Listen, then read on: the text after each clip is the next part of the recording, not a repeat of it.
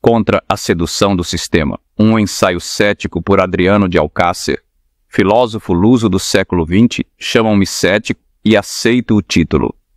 Pois se há virtude que o pensamento deve cultivar, é a desconfiança diante das certezas históricas.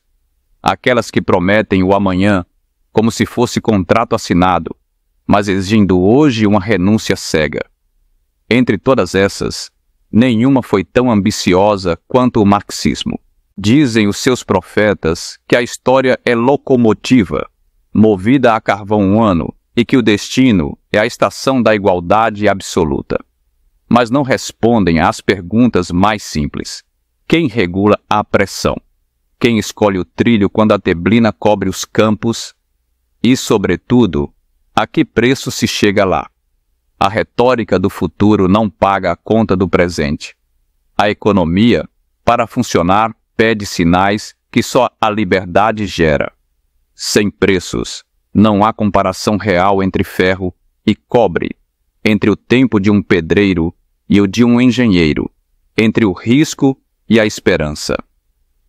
Onde o cálculo é abolido, resta o decreto, e o decreto cedo se converte em medo. Recordo cidades onde tudo era de todos, e logo nada era de ninguém. A planície da igualdade prometida transformou-se em colina de privilégios. Os que decidiam por todos, decidiam sobretudo por si. Não porque fossem monstros, mas porque a estrutura exigia isso. Se os sinais não coordenam, os comandos o fazem. E onde o comando falha, o medo completa o trabalho. Chamar ciência a esse projeto é blasfêmia contra a própria ciência, pois a ciência admite o erro, acolhe o contra-exemplo, recua quando falha.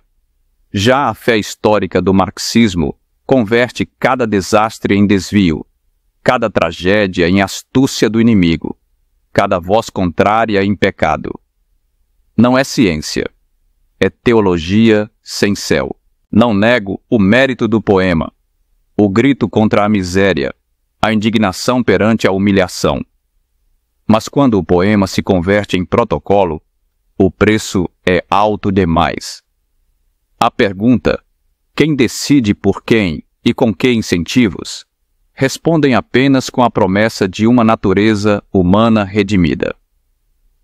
Como se abolir a propriedade apagasse a escassez. Como se dissolver o indivíduo no coletivo purificasse o poder. Defendo outra coisa, mais modesta e mais prudente, que os homens errem em pequeno, que experimentem em concorrência, que aprendam uns com os outros, que as instituições sejam juízes neutros, não engenheiros do destino, que a justiça não seja marcha forçada, mas praça aberta, onde se entra por convite e se permanece por escolha.